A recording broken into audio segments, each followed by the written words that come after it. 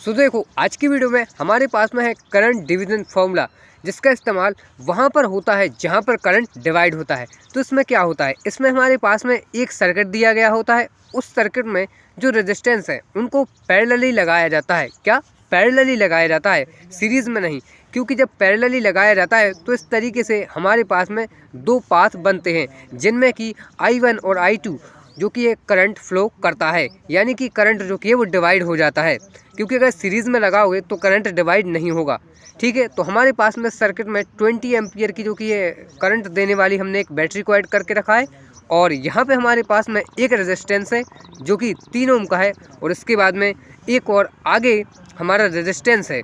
और जिस पॉइंट से ये जो कि है हमारा सर्किट डिवाइड होता है उस पॉइंट को हम नोड कहते हैं। तो ए और बी पॉइंट के बीच में हमारा 4 ओम का रेजिस्टेंस लगा हुआ है।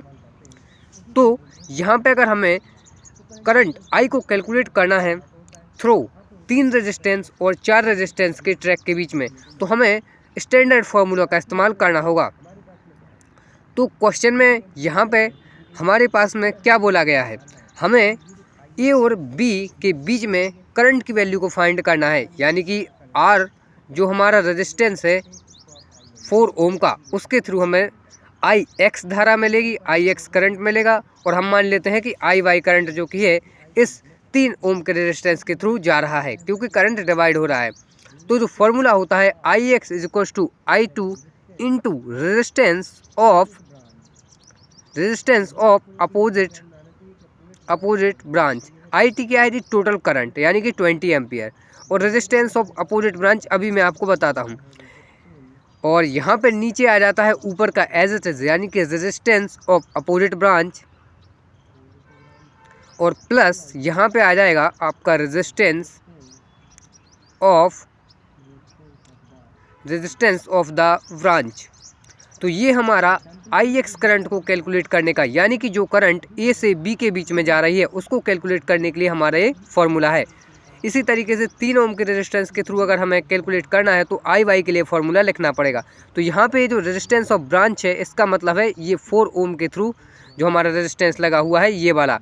और फिर बोला है रेजिस्टेंस ऑफ अपोजिट ब्रांच, यानी कि ये रेजिस्टेंस जो कि ये आई वाई के थ्रू जो रेजिस्टेंस लगा हुआ है, यानी कि 3 ओम का। तो 4 ओम के अपोजिट में कौन सा है, 3 ओम का, तो वही है रेजिस्टेंस ऑफ अपोजिट ब्रांच। तो ये हमारा स्टैंडर्ड फार्मूला। तो इसको जो कि है आप नोट कर सकते हैं। देखो पेन एंड कॉपी लेकर साथ में बैठा करो ताकि इसको नोट कर सको। तो अब यहाँ पे आई टी जो कि है एज इट इज रहेगा, और रेजिस्टेंस ऑफ अपोजिट ब्रांच, तो अपोजिट ब्रांच यानी कि ये R1 वाला रेजिस्टेंस, तो हम यहाँ पे लिखेंगे R1 जो कि 3 ओम का है, divide by resistance of opposite branch, तो वही यानी कि R1 फिर से, प्लस यहाँ पे हम करेंगे रेजिस्टेंस ऑफ द ब्रांच यानी R2। तो इस तरीके से ये हमारा स्टैंडर्ड फार्मूला बन चुका है। यहाँ से अगर हम कैलकुलेट करें आई एक्स को, तो आई टी यानी कि टोटल करंट हमारे पास में 20 है, और R1 की वैल्यू 3 है, तो R1 की वैल्यू 3 प्लस R2 की वैल्यू हमारे पास में 4 है। तो इस तरीके से ये हमारे पास में आ जाएगा 60 डिवाइड बाई 7, यानी कि ये हमारे पास में आ जाएगा 8.5 एम्पियर। ठीक है, यानी कि आप समझ चुके हैं कि आई एक्स जो करंट है, यानी कि ए से बी पॉइंट के बीच में हमारे पास में जो करंट है वो 8.5 एम्पियर की जा रही है। इसी तरीके से आई वाई को कैलकुलेट करने के लिए स्टैंडर्ड फार्मूला है। तो इस स्टैंडर्ड फार्मूले को देखिए किस तरीके से हम बनाएंगे। पहले आप इसको यहाँ तक नोट कर लीजिए जो कि मैंने आपको यहाँ पे दिखाया, ठीक है ना। टोटल करंट 20 एम्पियर का था, और जो कि रेजिस्टेंस 3 ओम और 4 ओम के थे। तो आप इसको जो कि है नोट कर सकते हैं। इसके बाद में हम आई वाई को कैलकुलेट करते हैं, यानी कि वह करंट जो 3 ओम के रेजिस्टेंस के थ्रू जा रही है। तो I Y is equal to क्या हो जाएगा, I T as it is और रेजिस्टेंस ऑफ अपोजिट ब्रांच। तो अब 3 ओम के रेजिस्टेंस के अपोजिट में भैया कौन सा लगा हुआ है, 4 ओम का रेजिस्टेंस, तो हम उसी का इस्तेमाल करेंगे। और डिवाइड में आ जाएगा रेजिस्टेंस ऑफ अपोजिट ब्रांच, यानी कि ऊपर का ही एज इट इज, और plus resistance of the branch, तो इसको भी आप नोट कर सकते हैं। तो यहाँ से क्या हो जाएगा, आई वाई एज इट इज रहेगा। आई टी आपको पता है टोटल करंट जो कि 20 है, ठीक है ना। तो IT को अभी मैं एज इट इज़ रख रहा हूँ। और रेजिस्टेंस ऑफ द ब्रांच यानी कि अब हम किसकी बात कर रहे हैं, रेजिस्टेंस ऑफ अपोजिट ब्रांच, यानी कि हम R2 की बात कर रहे हैं। यहाँ पे क्या आ जाएगा, R2 divide by resistance of opposite branch यानी कि R2 जो कि 4 ओम का है। ठीक है ना, जो AB के बीच में लगा हुआ है वो है हमारा रेजिस्टेंस ऑफ अपोजिट ब्रांच। ठीक है ना। तो यहाँ से R2 plus resistance of the branch यानी कि R1। तो ये जो कि हमारा स्टैंडर्ड फॉर्मूला इस तरीके से बन जाएगा।